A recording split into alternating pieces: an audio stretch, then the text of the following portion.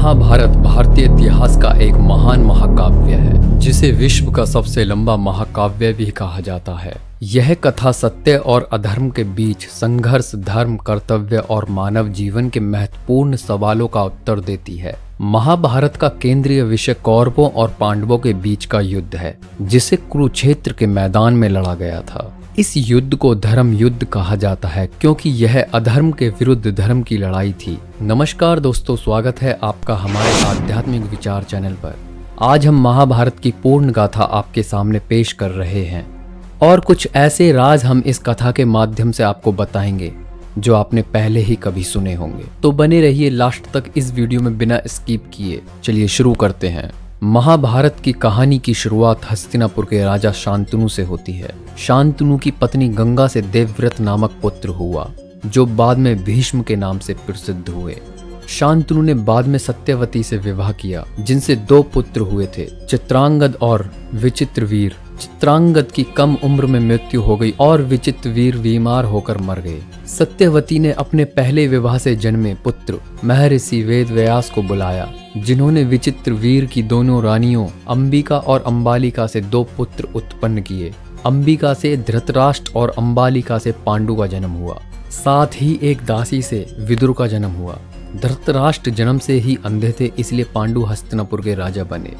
पांडु की 2 पत्नियां थीं, कुंती और माद्री। कुंती को दुर्वासा ऋषि से एक वरदान मिला था, जिससे वह किसी भी देवता का आवाहन कर सकती थी और उनसे संतान प्राप्त कर सकती थी। कुंती ने पहले सूर्यदेव का आवाहन किया और उनसे कर्ण का जन्म हुआ, जिसे उन्होंने समाज के भय से उसे त्याग दिया। इसके बाद उन्होंने धर्मराज, युधिष्ठिर, भीम और अर्जुन को जन्म दिया। माद्री ने कुंती के वरदान का उपयोग करते हुए अश्विनी कुमारों से नकुल और सहदेव को जन्म दिया। वहीं धृतराष्ट्र और गांधारी के 100 पुत्र हुए, जिनमें सबसे बड़ा दुर्योधन था। ये सभी पुत्र कौरव कहलाए। पांडु की मृत्यु के बाद धृतराष्ट्र ने युधिष्ठिर को राजा घोषित किया, लेकिन दुर्योधन और उसके मामा शकुनी को यह मंजूर नहीं था। उन्होंने पांडवों के प्रति ईर्ष्या और द्वेष के कारण षड्यंत्र रचे। पहले पांडवों को लाक्षागृह में जलाने की कोशिश की गई, लेकिन वे बच गए। कुछ समय बाद हस्तिनापुर में लौटने पर धृतराष्ट्र ने राज्य को 2 हिस्सों में बांट दिया। एक हिस्सा कौरवों को मिला और दूसरा पांडवों को। पांडवों ने अपने हिस्से में इंद्रप्रस्थ नामक एक भव्य राज्य की स्थापना की। दुर्योधन और शकुनी के छल पूर्वक युधिष्ठिर को जुए में हराने की योजना बनाई।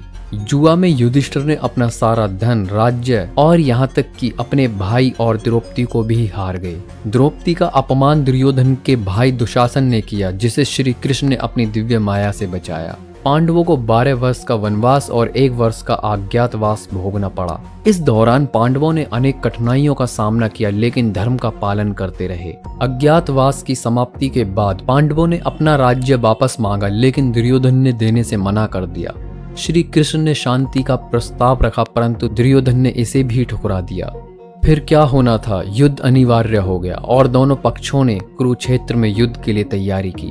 कुरुक्षेत्र का युद्ध 18 दिनों तक चला। इसमें अनेक महान योद्धाओं ने अपनी जान गंवाई। कौरवों के पक्ष में भीष्म, द्रोणाचार्य, कर्ण और दुर्योधन जैसे योद्धा थे, जबकि पांडवों की ओर से श्री कृष्ण ने अर्जुन के सारथी के रूप में महत्वपूर्ण भूमिका निभाई।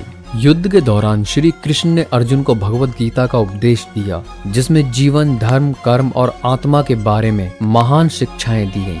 अर्जुन को एहसास हुआ कि उसे अपने कर्तव्य का पालन करना चाहिए, चाहे परिणाम कुछ भी हो। 18 दिनों के युद्ध के बाद कौरव सेना का विनाश हो गया। भीष्म, द्रोणाचार्य, कर्ण और दुर्योधन सभी वीर गति को प्राप्त हुए। पांडवों की विजय हुई और युधिष्ठिर हस्तिनापुर के राजा बने। युद्ध के बाद गुरु द्रोणाचार्य के पुत्र अश्वत्थामा ने क्रोध में आकर पांडवों के 5 पुत्रों की हत्या कर दी। युधिष्ठिर ने अश्वत्थामा को माफ कर दिया, लेकिन उसकी दिव्य मणि उससे छीन ली। महाभारत के युद्ध के बाद युधिष्ठिर ने धर्म पूर्वक हस्तिनापुर पर शासन किया। पांडवों ने राज्य त्याग कर स्वर्गारोहण की यात्रा की।